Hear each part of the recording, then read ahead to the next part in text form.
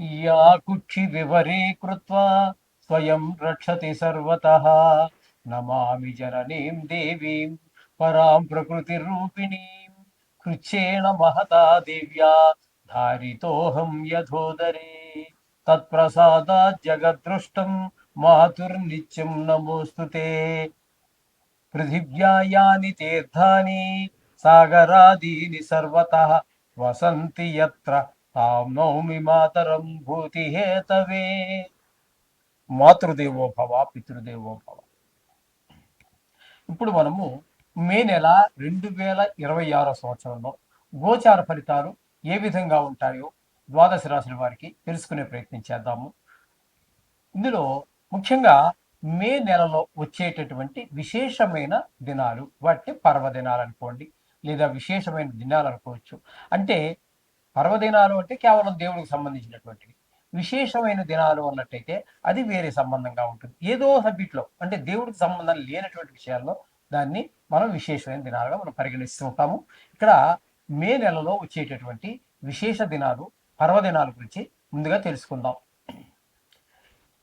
ఈ 1వ తారీఖు, మే 1వ తారీఖున ఇది దీన్ని మే డే అంటారు.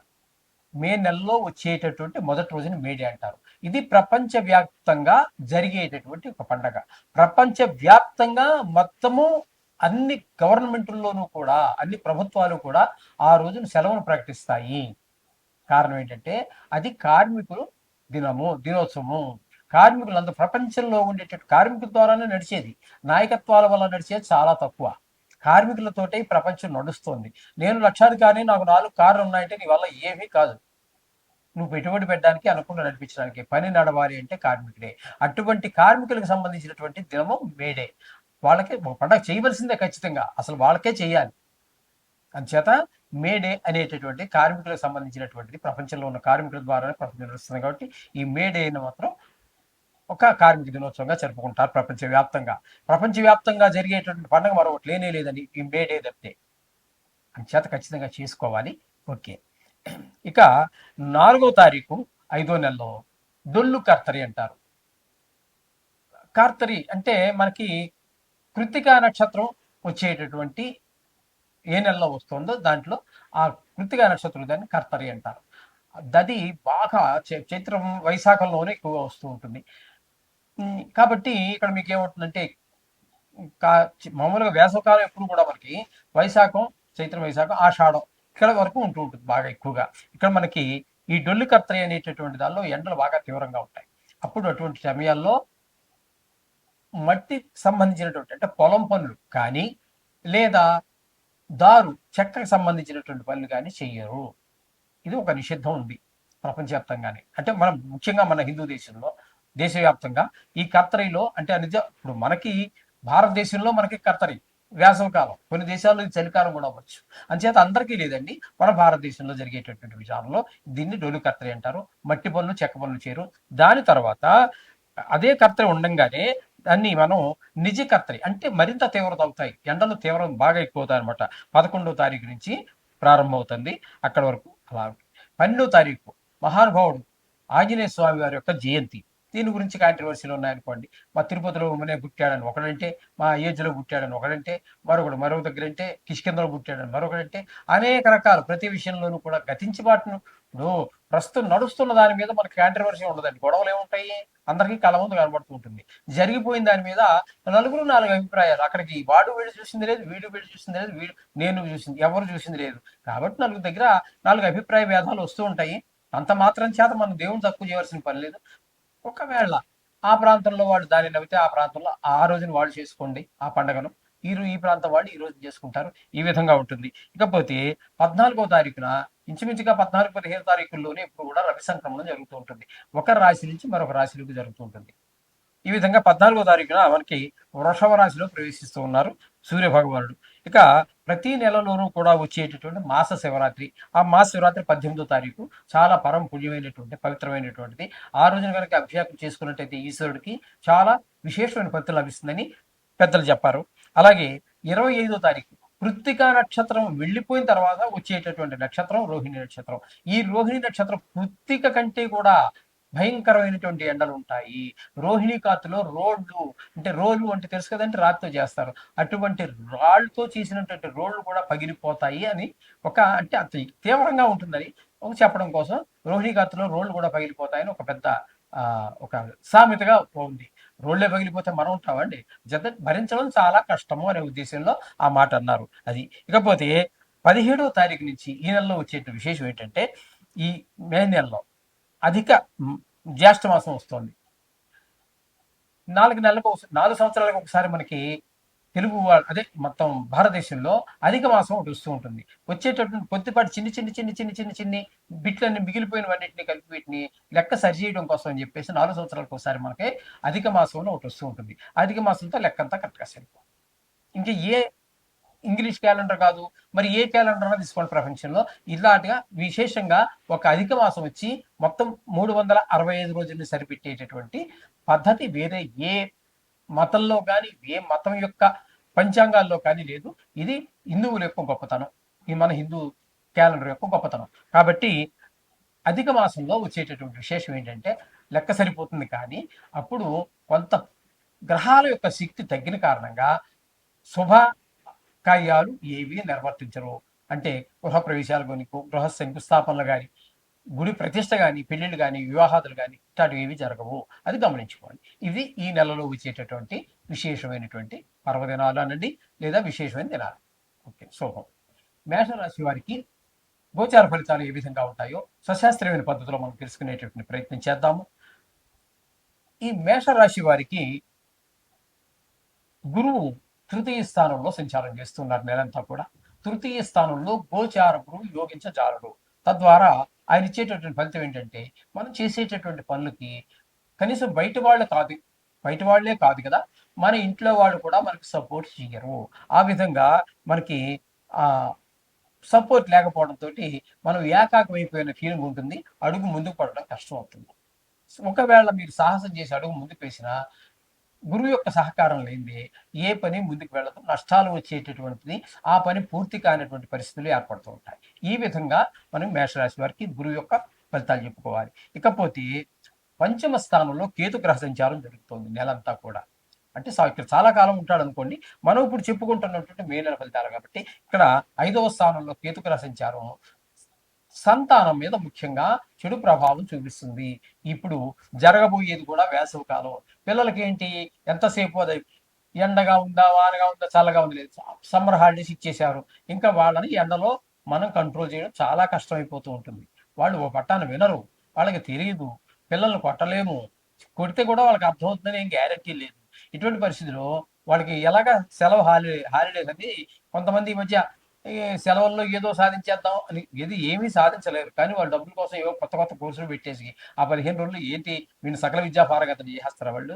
ఇవన్నీ నాటకాలు చాలా చేస్తున్నారు ఈ విద్యా సంస్థలన్నీ కలిసి. అవి ఏమీ అవ్వబండి, పిల్లల్ని ఆడుకోనివ్వండి. అయితే ఇండోర్ గేమ్స్ ఆడుకోనివ్వండి. బయట ఎండలో ఆడొద్దు. ఇంటి లోపల ఉండి ఆడుకునేవి క్యారమ్స్ ఉన్నాయి, చెస్ ఉంది, చింతపిక్కలు ఉంటాయి, ఆడపిల్లలు గచ్చకాయలని అనేక రకాల ఆటలు ఉన్నాయండి. దొరకని మేము ఆడినవన్నీ అవే. కాబట్టి ఇండోర్ గేమ్స్లో వేసవకాలం చక్కగా ఆడుకోనివ్వండి. ఆటల వల్ల కూడా మెదడు పెరుగుతుంది, శారీరకమైనటువంటి ఇది శక్తి, కండర శక్తి పెరుగుతుంది. ఆటలు అనేవి కూడా తిండి ఎంత ముఖ్యమో, చదువు ఎంత ముఖ్యమో, క్రీడలు కూడా అంతే ముఖ్యమో. కాబట్టి తప్పేమి కాదు, ఇండోర్ గేమ్స్ మాత్రం ఆడించండి. బయటికి వెళ్తే మన పిల్లవాడికి తెలియదు, ఆటలు దృష్టిలో పడిపోతాడు. కనీసం మంచిని తాగాలని గొంతు ఎండిపోయేదాకా రాడు. బాడీ డీహైడ్రేషన్ అయిపోయే అవకాశం ఉంటుంది. సన్ స్ట్రోక్ అని అంటే వడదెబ్బ తగులుతూ ఉంటుంది. ఆ వడదెబ్బ తగిలింది అన్నట్టయితే ఎస్ఓఎన్ సన్ దెబ్బ తగిలింది అనుకో, కోలుకోవడం కూడా చాలా కష్టం. సన్ అంటే ఎస్ఓఎన్ సన్ అంటే కొడుకు, వాడు కొట్టే దెబ్బ నుంచి కోలుకోలేవు. ఎస్యుఎన్ సన్ను ఆకాశంలో మనకు వెలుతురిచ్చేటటువంటి వాడు.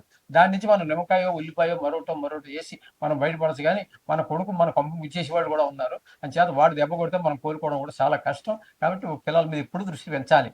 వాడు సరి అయిన దారిలో పడే వరకు వాడు ఒకటి 15 సంవత్సరాలుగా పడవచ్చు, ఒకటి 20 సంవత్సరాలు పడవచ్చు. అప్పటి వరకు కూడా మీరు ఓపిక పట్టవలసిందే, వాడి మీద ప్రత్యేకమైన శ్రద్ధ చూపించవలసిందే. వాడికి ఏదో వచ్చాడు, తిండి పెట్టేశాము, డబ్బులు అడిగాడు ఇచ్చేసాము కాదు. అది పిల్లల్ని పెంచడం విధానం కానే కాదు. అది వాడి మీద పన్ను వేసించాలి. ఇటువంటి స్నేహాలు చేస్తాడు ఏంటి. ఓకే, ఈ విధంగా పంచమ స్థానంలో ఉన్నటువంటి కేతువు పిల్లల మీద చెడు ప్రభావం చూపిస్తాడు. కాబట్టి ఈ విధమైన విషయాలన్నీ మనం చెప్పుకోవాల్సి వచ్చింది. ఇకపోతే ఏకాదశి స్థానంలో రాహుగ్రహ సంచారం జరుగుతోంది. ఏకాదశి స్థానంలో ఏ గ్రహం యోగిస్తుంది. ఇక్కడ రాహు మాత్రం మీకు పరిపూర్ణమైనటువంటి అనుగ్రహాన్ని ప్రసాదిస్తూ ఉన్నాడు. కాబట్టి ధనానికి లోటు లేకుండా చూస్తాడు. ధనార్జన బాగుంటుంది. మీరు ఏ పని మొదలు పెట్టినా కూడా అందులో మీకు రాహు విజయాన్ని చేకూరుస్తూ ఉన్నాడు. ఇకపోతే 12వ స్థానంలో శని యొక్క సంచారం జరుగుతోంది. ఈ శని యొక్క సంచారం దీన్ని ఏలినాటి శని అంటారు. అది ఆయన వ్యయ స్థానంలో ఉన్నాడు కాబట్టి మీరు ఎంత పిసిరిగొట్టితనం పిసినారితనం చూపించినప్పటికీ కూడా డబ్బులు ఖర్చు పెట్టి తీరవలసినటువంటి పరిస్థితులన్నీ ఏర్పడుతూ ఉంటాయి శని భగవానుడి వల్ల. అదే వ్యయ స్థానంలో కుజుడు 11వ తారీఖు వరకు మే 11 వరకు 11వ స్థానం 12వ స్థానంలోను తదుపరి అక్కడి నుంచి బయలుదేరి ఆ కుజుడు నెలాఖరు వరకు జన్మంలో అంటే మేషరాశిలో సంచారం చేస్తున్నాడు. ఈ కుజుడు వ్యయస్థానమైనటువంటి మీనంలో కానీ లేదా మేషంలో కానీ ఈ నెల రోజులు మనకి ఉపయోగకారి కాదు. మనకి ఇబ్బందులు ఎదురు చూస్తూ ఉంటాయి.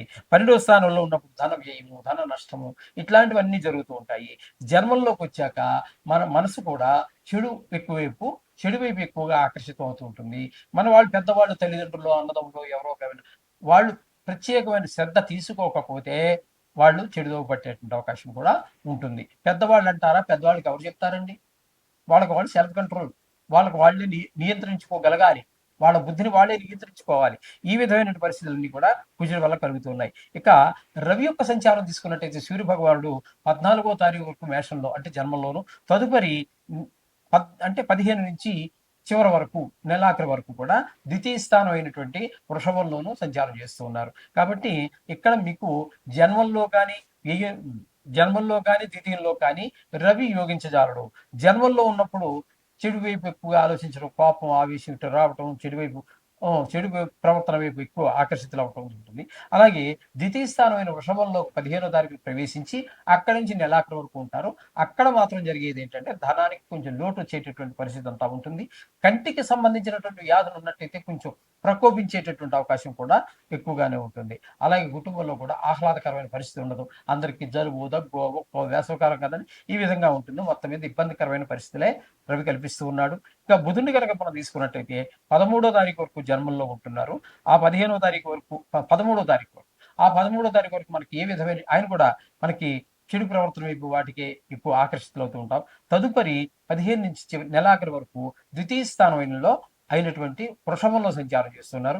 ఈ ద్వితీయ స్థానం 15 రోజులు మాత్రం మీకు అనుకూలమైన ఫలితాలని తప్పకుండా ఇస్తారు. ఎందుకంటే ద్వితీయ స్థానంలో బుధుడు మనకి ధనానికి లోటు లేకుండా మాట బాగుండేటట్టుగా, అలాగే కుటుంబంతో ఆహ్లాదకరంగా ఉండేటట్టుగా, కంటికి సంబంధించినటువంటి వ్యాధుల్ని కొంచెం నియంత్రించి మనకి కొంచెం బాగుండే విధంగా బుధుడు మనకి అనుకూలమైన పరిస్థితులు ఉంటాయి. ఇక శుక్రుడిని కనుక మనం తీసుకున్నట్టయితే శుక్రుడు ద్వితీయ స్థానంలో 14వ తారీఖు వరకు 15 నుంచి నెలాఖరు వరకు ఆయన ద్వితీయ తృతీయ స్థానాలు రెండింటిలోనూ కూడా మంచి అద్భుతమైనటువంటి ఫలితాలు, ధనాలు లోటు లేకుండా చూస్తారు. అలాగే అందరూ సహకారాలు అందించడానికి శుక్రుడు చేస్తూ ఉంటాడు. మొత్తంగా మనం కనుక చెప్పుకోవాలి అన్నట్టయితే ఈ మేషరాశి వారికి బుధుడు ఒక 15 రోజుల పాటు అనుకూలమైన ఫలితాలు ఇస్తూ ఉన్నారు. అలాగే శుక్రుడు 2 రాసుల్లో సంచరించినప్పటికీ కూడా శుక్రుడు మంచి శుభప్రదమైనటువంటి ఫలితాలన్నీ ధనస్థానంలో ఉన్నాడు. కాబట్టి షేర్ మార్కెట్లో పెట్టుబడి పెట్టే వాళ్ళకి, ఈ టీవీ రంగంలో ఉన్న వారికి కూడా అనుకూలమైన ఫలితాలు ఇస్తున్నాడు.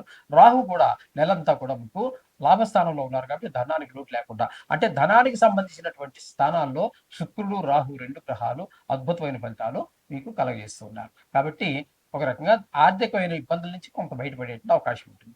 ఇక మనకు బాగలేదు కేతు కాబట్టి వీరు దగ్గరలో ఉన్నటువంటి కానీ అలాంటి గణపతికి సంబంధించినటువంటి గుడికి వెళ్ళి గణపతికి దర్శనం చేసుకోవటం అనేది ఒకటి మీరు ఆచరించదగినటువంటి ఈ పూజగా మనం చెప్పుకోవచ్చు. ఇంట్లో కూడా చేసుకోవచ్చు. లేదు బయటికి వెళ్ళి దగ్గరలో గుడి ఏదైనా ఉన్నట్టయితే అక్కడ వేద మంత్రాలతో దాని ప్రాణప్రతిష్ఠ చేసి ఉంటుంది. అక్కడ ఉన్నటువంటి అయ్యగారు అందరూ కూడా వేద మంత్రాలతో పూజ చేస్తారు కాబట్టి చక్కగా ఉండే అవకాశం. శుభం ముగియాలి.